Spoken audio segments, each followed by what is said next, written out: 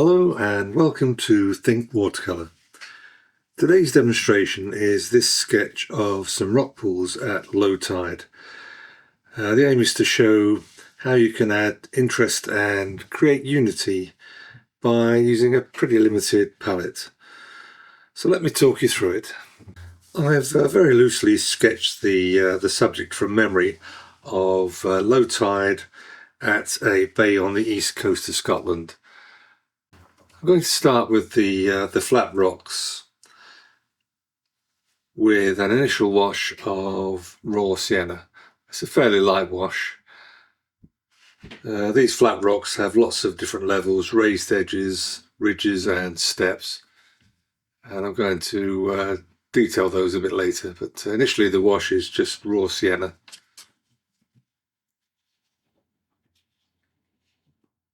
And I've mixed up a couple of other colours. I've got some ultramarine with a touch of burnt sienna and some light red, and I'm just dropping these in wet, just to create a bit of variety in the colour on these rocks. It'd be pretty boring if I just left it as a single colour. This is all about adding harmony to the painting. And I'm going to use these same colours for the sky shortly, just to create that feeling of harmony in the painting. But while it's wet, I'm dropping these colours into the rocks. And for the sky, I'm just using pretty much the same colour of ultramarine with a touch of burnt sienna, just for the blue sky either side. And then I'm going to drop in some suggestion of clouds. Just added a little touch of more burnt sienna to the mix to grey it a bit more for the shadows on the clouds. I'm working flat on dry paper. This is Saunders Waterford 300 gram rough paper. I'm going to use some clear water just to soften edges shortly. Just adding a little bit of that raw sienna into the sky. A very light, weak mix, more water than pigment. Just to create a bit of variety and colour in the clouds. I'm just softening edges with some clear water here. Just dabbing out a little bit with some clean paper towel.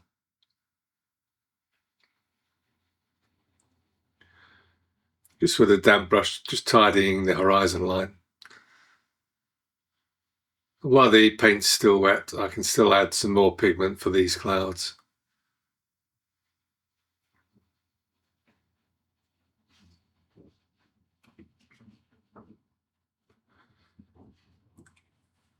And to the right of these flat rocks, I remember there being a very rough area of beach with lots of rocks and seaweed and all sorts there, but not as flat as these rocks on the left.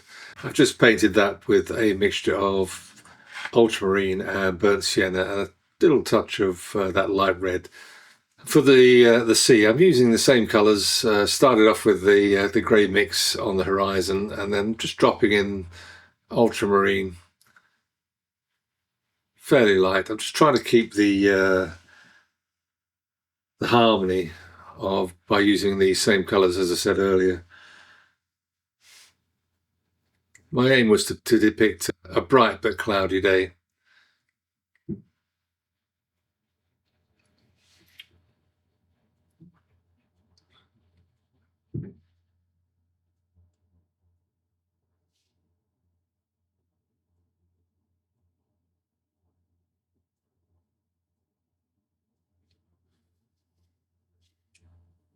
The sky is dry now, and I've just decided to embellish the clouds a little bit. I thought it looked a little bit flat, lacking depth, so using the same colours, just dropping in a little bit more of the bluish grey shading for the shadows on some clouds.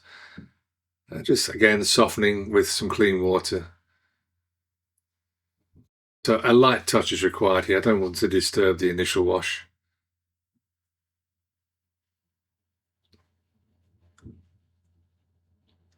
I think it needs a little bit to the left as well, so I'll just add a little bit more there as well. Just trying to create some balance in the cloud. I think that'll look fine.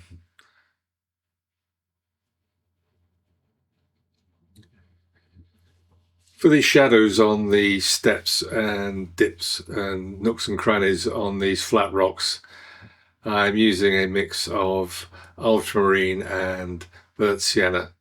A fairly strong mix, quite thick, not too much water. Just randomly putting in the shadows in the gaps and dips in these rocks. It starts to bring the painting together a little bit. I'm going to let these shadow strips and lines and nooks and crannies dry before I add another wash. I think it's going to look a little bit too weak in the foreground, so I'm going to strengthen the colours on the rocks, but I'll wait until this is all dry first.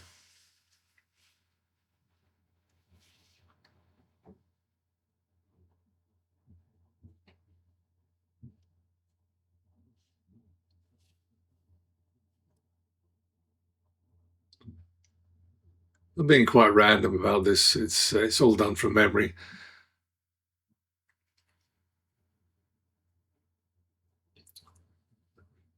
This is a typical low tide scene that you would see all around the coast of the British Isles.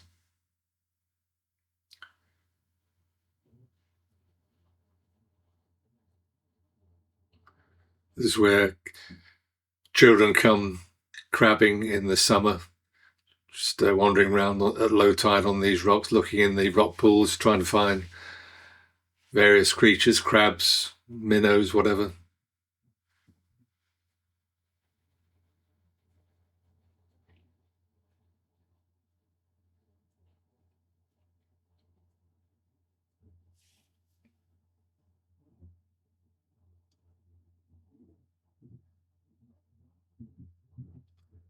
The brush I'm using here is a number 1 rigger, ideal for doing these fine lines.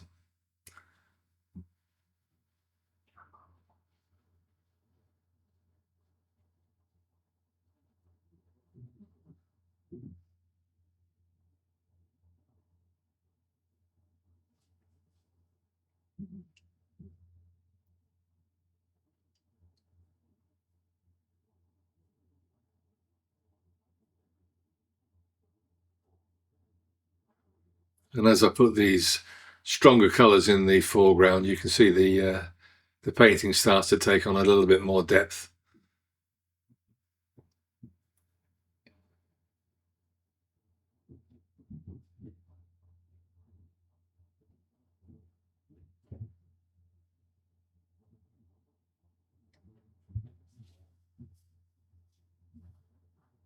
And the clouds are now dry, and I think that's turned out pretty well.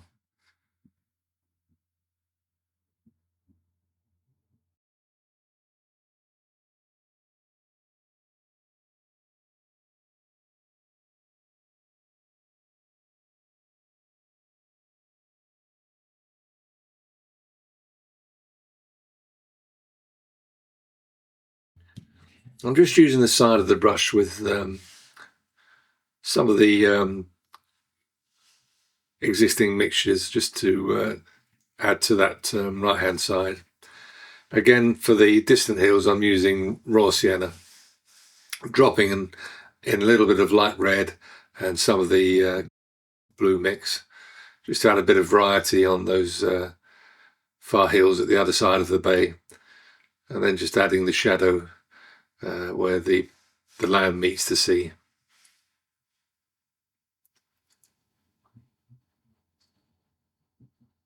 Just scumbling in a few vague details of different textures on that hillside there. Just mixing up some sap green and jadeite green for the trees on that hillside.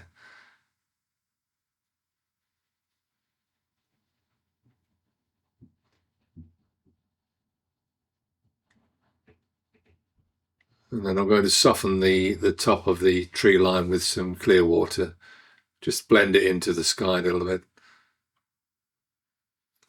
And then with some fairly neat jadeite, just drop in, while it's still wet, drop in some dark shadow areas, keeping it fairly vague, but just as a suggestion of the trees that are there. Just going to add this additional wash in the foreground, just to darken it and just bring it forward a little bit. I thought it was looking a little bit weak. Same, dropping in different colours, some of the blue, some of the light red. All wet in wet. Just again, it requires a light touch. I really don't want to disturb those dark shadows that I've painted with the rigger. So a very light touch. Just letting it mix wet in wet, varying the tonal values and the colours.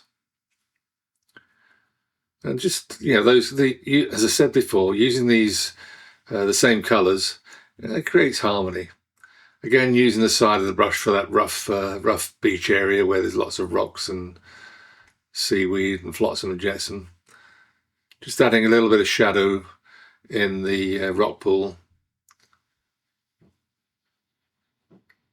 just to stop the rocks looking like they're floating.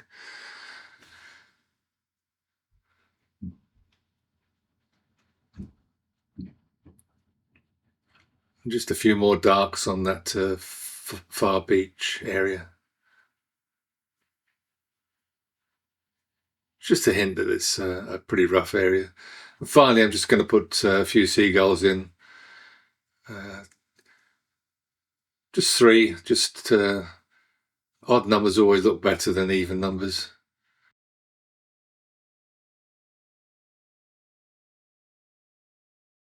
Maybe one there. That helps to create a focal point for the leading lines of the rocks. And I think I'm pretty much done. As I said at the beginning, this demonstration is all about just trying to create harmony by limiting your palette and keeping the colours pretty simple. It's a good exercise to practice, and I hope that you found it useful. If you did, do give it a like. It always helps with YouTube. Do subscribe if you're not a subscriber, and hit the notification bell for future videos.